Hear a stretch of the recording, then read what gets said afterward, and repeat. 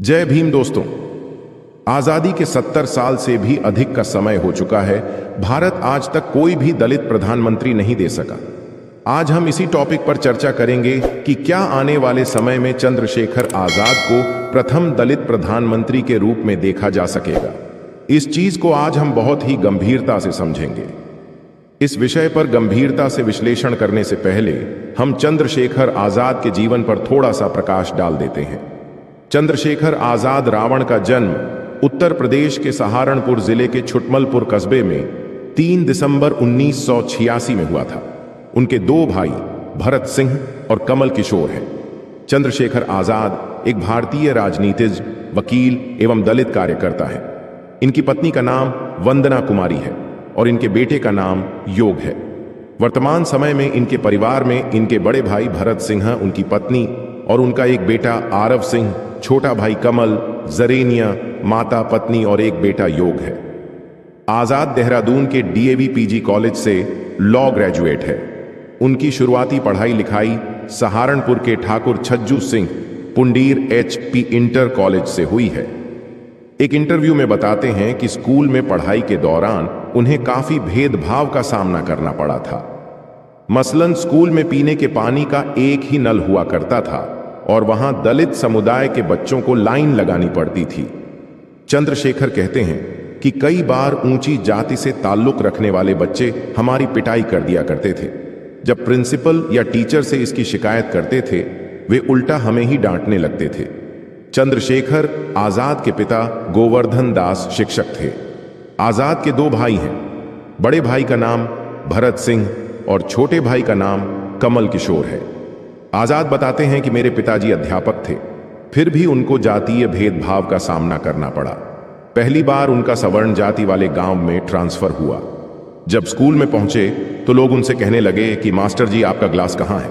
अपना ग्लास नहीं लाए, यहां तो आपको अपना ग्लास अलग रखना पड़ेगा। वह घर लौटे तो मुझे पूरा वाक्य सुनाया और कहने लगे कि देश आजाद हो गया है, लेकिन अब भी हमारे साथ इस तरह का भेदभाव होता है।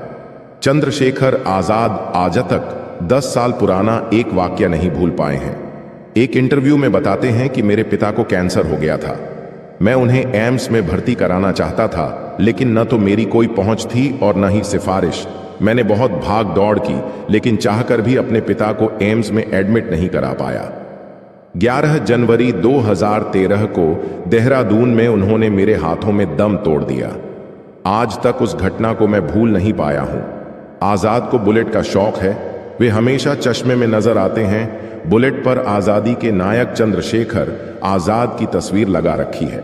आज तक पर एक इंटरव्यू में जब उनसे केयरिंग को लेकर सवाल किया गया तो आजाद ने कहा कि कांशीराम कहते थे कि बैलेट के साथ बुलेट की तैयारी भी रखनी पड़ेगी।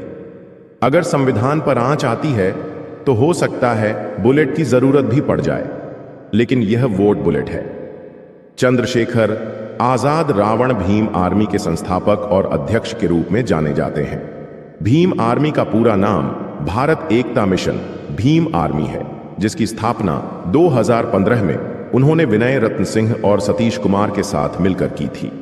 शुरुआत में इस आर्मी का उद्देश्य दलित समाज की सेवा करना और धन एकत्रित करके गरीब कन्याओं का विवाह कराना था, लेकिन रामनगर में हुए बवाल के बाद इस संगठन का स्वरूप बदला और इसने दलितों के हक के लिए आवाज उठानी शुरू कर दी। बाबा भीमराव अंबेडकर जी ने दलित समाज को भारत की मुख्यधारा में लाने का काम किया था। आज समाज का दलित वर्ग खुद को दलित कहने में फक्र महसूस करता है।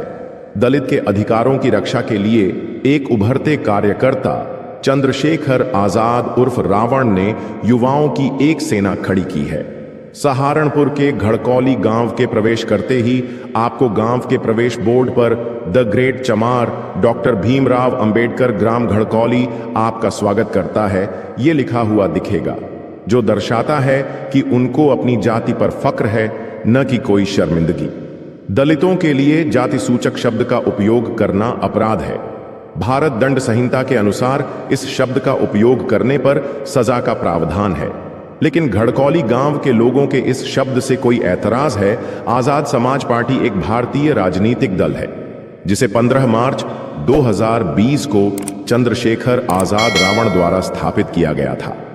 यह घोषणा बहुजन समाज पार्टी के संस्थापक कांशीराम की 86वीं जयंती पर की गई थी। 2020 में आजाद समाज पार्टी ने बिहार विधानसभा चुनाव में पप्पू यादव के नेतृत्व वाली जन अधिकार पार्टी के साथ 2020 में गठबंधन किया था। आजाद ने योगी आदित्यनाथ के विरुद्ध गोरखपुर शहरी सीट पर 2022 उत्तर प्रदेश विधानसभा चुनाव भी लड़ा था, जिसमें वे हार गए थे और 7,543 वोटों के साथ चौथे स्थान पर रहे थे। 2024 के लोकसभा चुनाव में चंद्रशेखर आजाद ने नगीना क्षेत्र से चुनाव लड़ा और बम्पर वोट से जीत दर्ज करके लोकसभा पहुंचे। जब 28 जून को चंद्रशेखर आजाद रावण दिल्ली से वापस हो रहे थे, तभी एक गाड़ी उनकी गाड़ी का पीछा कर रही थी। चंद्रशेखर जी जब कार में बैठे हुए अपने फोन को देख रहे थे, तो तभी एक गोली चली जो उनकी कार के शीशे पर लगी, जिसके बाद हमलावरों ने दूसरी गोली भी चलाई जो रावत जी को लग भी गई थी। जिसके बाद हमलावरों ने थोड़ी दूरी पर अपनी कार को ले जाकर रोका और उसमें से एक लड़का उतरा और एक गोली फिर से चलाई। तभी मनीष चंद्रशेखर जी के साथ ही उन्होंने उसी समय जल्दी से गाड़ी को मोद्धा और एक सुरक्षित जगह में ले जाकर रोका, जिसके बाद उनको हॉस्पिटल ले जाया गया। उनका तुरंत इलाज शुरू करवाया गया। 1 जुलाई को सहारनपुर पुलिस ने हमलावरों को गिरफ्तार भी कर लिया, जिसमें 4 लड़के शामिल हैं। उन्होंने अपने अपराध को स्वीकार करते हुए कहा कि पिछले कुछ दिनों में चंद्रशेखर द्वारा दिए जा रहे बयान उल्टे सीधे थे, जिससे वे बिल्कुल भी संतुष्ट नहीं थे और साथ ही कहा कि वे बड़े गैंगस्टर बनना चाहते थे। इसलिए उन्होंने चंद्रशेखर की हत्या का प्लान बनाया था ताकि वे मीडिया में सुर्खियां बटोर सके, फिर बड़े बदमाशों की तरह वे भी पैसे वालों से वसूली कर सके। चारों अपराधियों के नाम विक्की, लवलेश, प्रशांत और विक्की है। 2017 को सहारनपुर से 25 किलोमीटर दूर स्थित शब्बीरपुर में राजपूतों और दलितों के मध्य हिंसा हुई थी। हिंसा में दलितों के लगभग 25 घर जला दिए गए थे। एक व्यक्ति की मृत्यु भी हो गई थी। इस हिंसा के विरोध में जब प्रदर्शन किया गया तो पुलिस ने 37 लोगों को जेल में डाला और 300 लोगों के खिलाफ मुकदमा दर्ज किया।